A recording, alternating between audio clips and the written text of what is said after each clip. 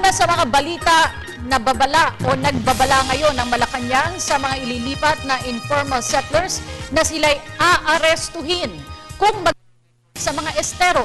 Reaksyon ito ng palasyo sa report na umunoy posibleng samantalahin lamang ng mga ito ang tulong na ipagkakaloob ng gobyerno.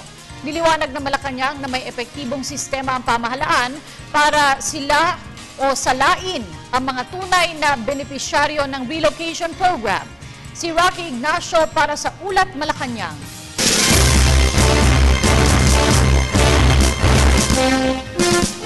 Maraming salamat, Cathy. Tiniyak nga ng pamahalaan na wala na makababalik na informal settlers sa mga mapanganib na lugar.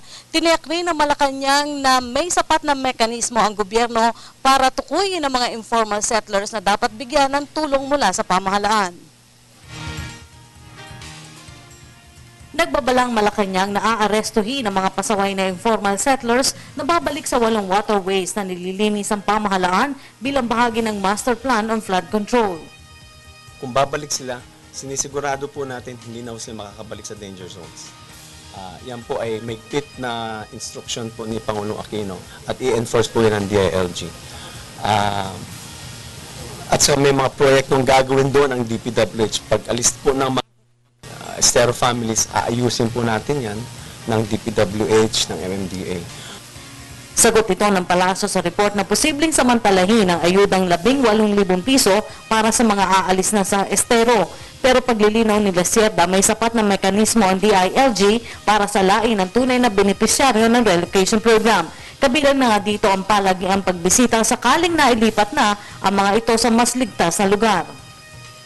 Currently, the DILG has already done the, shall we say, the identification of these families in those danger zones. So, alam na po nila, we're going through, in fact, like I said already, Yusek Bimbo of Fernandez of DILG has already identified some families who are already willing to be relocated. So, we're going through each of the families. So, kaya nga, we're trying to also eliminate those professional squatters. We want to make sure that those people we're going to help are those people that are really in need. And those professional squatters, Secretary Laila de Lima has already mentioned that they're going to go after professionals. Ipinagtanggol naman ng Malacanang na first aid at hindi band-aid solution ang tulong sa informal settlers. Sagot ito ng palasyo sa mga kritiko kaugnay ng relokasyon sa mga nakatira sa estero ng pamahalaan. Git pa nakalihim para sa kabutihan ng mas marami ang programa para maiwasan na ang perwisyo na dulot ng pagbaha. Would you like to live forever in estero?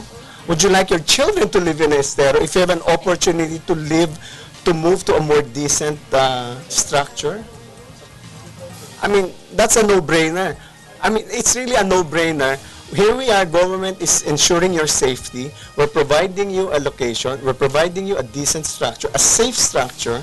And you would prefer, the negastars would say, hindi, maiwan ka dyan sa estero. Mas maganda ang buhay mo dyan sa estero. I mean, no comparison. It's a no-brainer.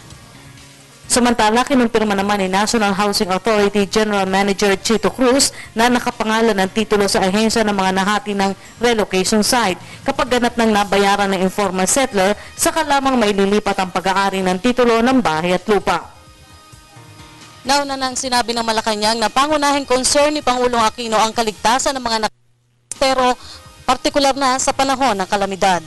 At yan po ang ating pag-uulat mula dito sa Malacanang sa tulong ng RTVM. Ako po si Rocky Ignacio para sa Telebisyon ng Bayan.